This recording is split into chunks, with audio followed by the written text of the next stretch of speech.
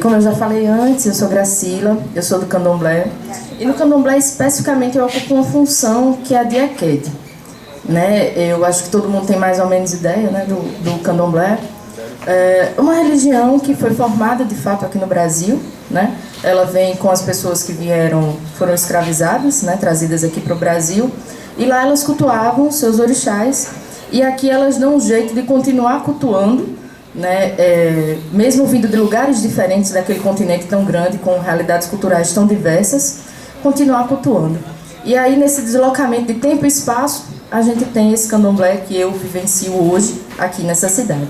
Né? Eu costumo enfatizar esse deslocamento de tempo e espaço, porque não dá para dizer que a gente vivencia exatamente do mesmo jeito que vivenciaram-se nas senzalas, não dá para dizer que a gente vivencia do mesmo jeito que vivenciaram há 100 anos atrás.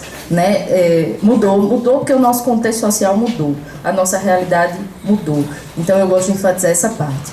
Mas voltando para o nosso candomblé na nossa cidade, eu sou Ekede. E o que é ser Ekede? É aquela que não incorpora, é aquela que foi escolhida para cuidar do orixá. E uma vez uma pessoa me perguntou assim, mas o que é ser Ekede?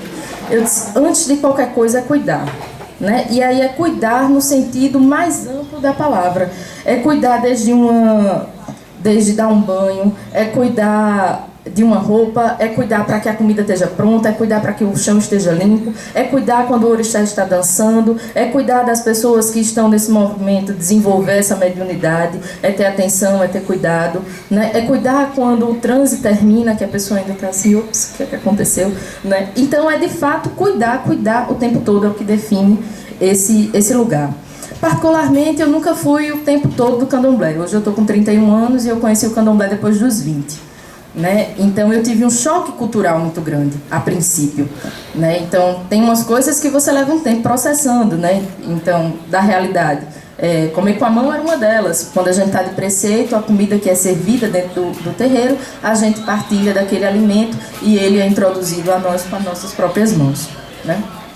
E aí, comer com a mão era uma delas, sentar no chão era outra, usar branco era outra, e tudo isso eu estranhava. Mas o que eu mais estranhei de tudo foi pedir a bênção. Porque eu fui criada numa família de católicos não praticantes, onde a minha mãe já não pedia a bênção, onde a minha mãe já não me educou pedindo a bênção. A minha avó, lá para as tantas, desistiu, essa menina não tem jeito. Né? Então ela parou de cobrar, desistiu de fato, né? Essa é um caso perdido. Então eu não fui criada pedindo a bênção, e quando eu cheguei no terreiro eu tinha que pedir a bênção, e tinha que pedir a bênção ainda de cabeça baixa, né? Isso foi um choque cultural. Mas com o passar do tempo, eu entendi que aquele lugar era um lugar que eu queria ficar. Né? Ele apresentava um conjunto de regras muito grande, mas eu fui iniciada, mesmo Ekede, eu sou do orixá Iemanjá, né? E eu queria de fato estar naquele lugar. Eu já tinha vindo de uma religiosidade católica, né? Já tinha visitado igrejas evangélicas, a minha outra avó é evangélica, já tinha ido a centro espírita, já tinha ido aos mormos, já tinha ido a vários lugares. Né? E quando eu cheguei no terreiro, eu disse, não, eu acho que aqui eu vou ficar. Aí, de fato, fiquei. Por isso que eu digo que hoje a gente entende essa religião como escolha. E resolvendo ficar, né, ainda passei 7 anos e meio para me iniciar.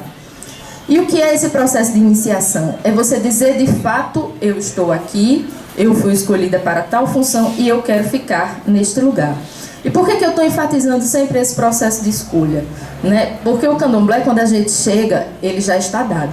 O conjunto de regras já está posto. E para vocês entenderem, o conjunto de regras ele é muito forte. Né? A gente tem uma hierarquia que começa do líder religioso, ou a liderança religiosa, seja masculina ou feminina, né?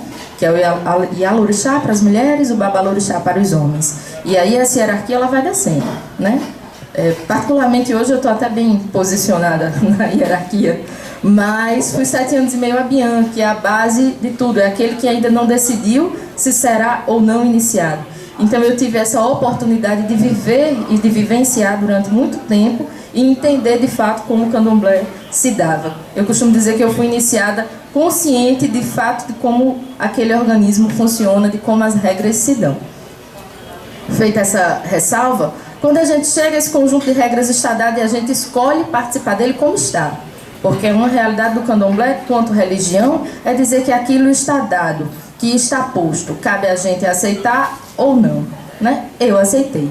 Mas mesmo aceitando, eu não posso deixar de observar, né? Eu acho que eu não disse na minha apresentação, mas eu sou socióloga, então observar faz parte da minha formação e daquilo que eu aprendi. E o que é que a gente vai observando, né? Primeiro, esse conflito eterno indivíduo-sociedade, que aqui fora, quanto mulheres, qual é o processo que a gente está fazendo? É dividir o cuidado, né? O tempo todo, a gente está dividindo o cuidado.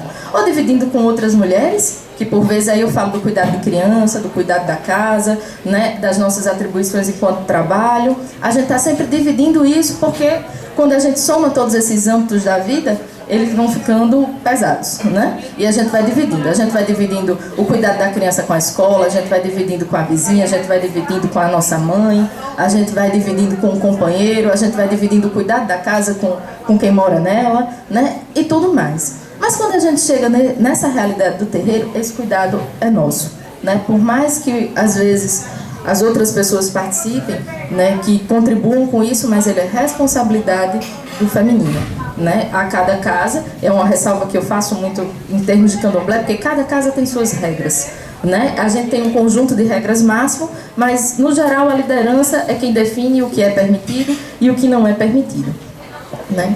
A gente não tem como é que eu posso dizer, uma doutrina geral que todos vão seguir. Tem algumas regras que sim, outras que dependem, umas regras que eu posso dizer de convívio, de certa maneira, são as lideranças religiosas quem decidem, né? Mas nessas minhas observações, o que é que eu percebo? Né? Um dos artigos que eu escrevi com a minha parceira de pesquisa, que também é iniciada, ela é IAO, é Elizabeth de Oxum, nós entrevistamos 4 mulheres, todas 4 de terreiro. E uma das perguntas era, o que é ser mulher de terreiro? E uma delas me responde da seguinte forma, é difícil, ela também tem a função de EQED, e ela diz o seguinte, é muito difícil, porque o oposto da EQED, o cargo masculino, é o Ogã, que é aquele que não incorpora. Enquanto a EQED cuida do orixá que está dançando no salão, o Ogã tem a função de tocar os atabaques. E essa função, e ela coloca isso de maneira muito clara, que essa função de tocar os atabaques é uma função privilegiada. É uma função onde o candomblé não começa, o toque em si, a festa não começa, se o Ogã não tiver, né? Pode ter 20 EQEDs, mas se não tiver os ogãs, se não tiver no mínimo 2 ogãs, o ideal é 3 ou 4, mas se não tiver, o candomblé não começa e a festa não inicia. E ela coloca isso no peso da fala dela, porque uma das coisas que ela ouviu quando iniciada foi EQED é tão ruim que não incorpora, né? Mas ela escuta disso e ela levou esse peso para ela. Uma outra coisa que a nossa religião em si, ela é completamente ritualística, né? Para tudo a gente tem um ritual, para cada ritual, cada pessoa tem sua função dentro daquele rito, o Ogã tem a sua função, a EQED sua função, o Iaô, o Babalorixá, todos dentro da hierarquia, participando daquele rito, vão cumprir uma função específica, né? E aí tem alguns ritos que a gente não participa, e a gente não participa, ou pelo menos não participa efetivamente, né? Por conta da menstruação. Tem coisa mais inerente à mulher do que a menstruação, ao ser feminino, né? Mas aí isso é parte do conjunto de regras. Eu não estou aqui questionando o conjunto de regras, eu estou falando das minhas observações, né?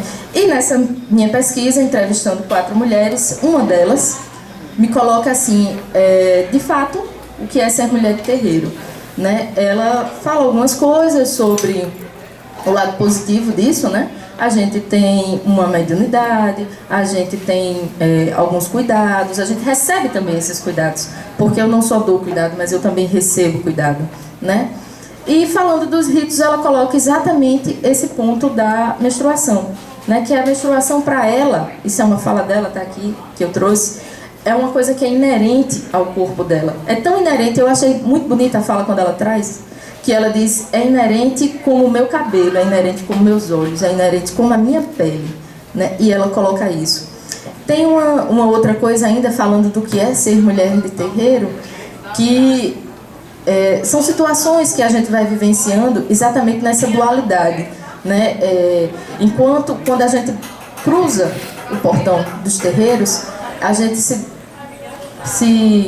como é que eu posso dizer, se depara com esse choque cultural, né? Então, o que lá fora a gente vem desconstruindo em termos de lutas feministas, em termos de conquistas, de novos espaços, por vezes isso também é cerceado, né? Por conta dessa questão da religiosidade. A religiosidade diz que você anda até aqui, ou pelo menos aquilo que é posto, como você bem coloca, dos contextos sociais, aquilo que é posto pra gente, né? Daquele conjunto de regras, limita e diz assim, você vai até aqui, né? Mas está aberto também para perguntas, para questionamentos, então quem quiser fazer perguntas mais sobre o assunto está disponível.